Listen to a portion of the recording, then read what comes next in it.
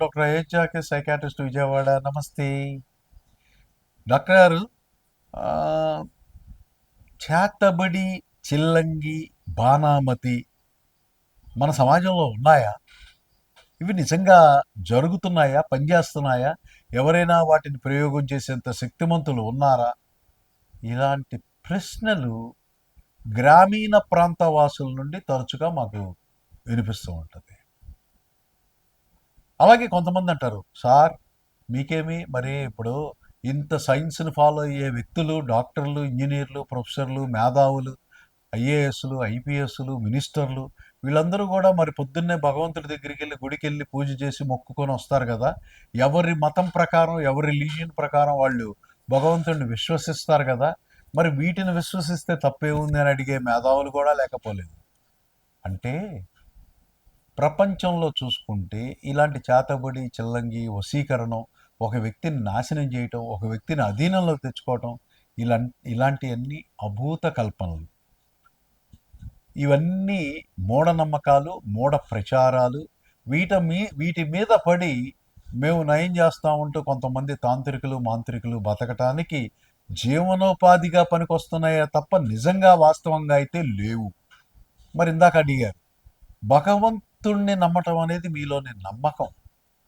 ఏ religion అయినా సరే నమ్మకం పాజిటివ్ ఎనర్జీని ఇస్తుంది. ఒక భగవంతుడిని నమ్మటం, భగవంతుడి ఆదేశానుసారం మనిషి మంచి ప్రవర్తనతో ఉండాలి, సామాజిక నడవడిక మంచితనంతో ఉండాలి, ఇతరులకు హాని చేయకూడదు, మంచే చేయాలి, పరస్త్రీని గౌరవించాలి, సంస్కారవంతంగా జీవించాలి అని ఏ మతం అయినా బోధిస్తుంది. అలాగే ఏ భగవంతుడైనా వాటిని బోధిస్తాడు. కాబట్టి మంచి నడవడికి నేర్పే మంచి నమ్మకంతో జీవించమని, ఆ విధంగా భగవంతుడిని నమ్మమని చెప్తామే కానీ ఇలా లేనివి అంటే దెయ్యం, భూతం, చిల్లంగి, చేతబడి, బాణామతి ఇవన్నీ కూడా మూఢనమ్మకాలు. అది నమ్మకం పాజిటివ్ ఎనర్జీ, ఇది మూఢనమ్మకం నెగిటివ్ ఎనర్జీ. మనిషిలో లేని నెగిటివిటీని అంటే భయాన్ని, ఆందోళనని, ఒక తప్పుని, ఒక మూఢనమ్మకాన్ని ప్రచారం చేస్తాయి. కాబట్టి వీటిని ఎట్టి పరిస్థితుల్లో నమ్మకూడదు, మన జోలికి తీసుకురాకూడదు.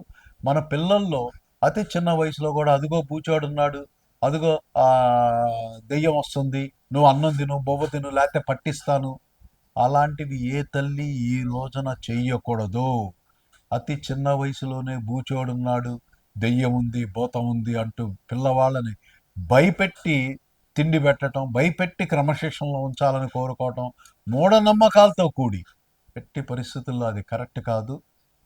అది ఖండించవలసిన విషయం. కాబట్టి నమ్మకాన్ని అయితే ఆశిద్దాం, పాజిటివ్ ఎనర్జీని. మూఢనమ్మకాల్ని దూరంగా ఉంచుదాం, నెగిటివ్ ఎనర్జీని.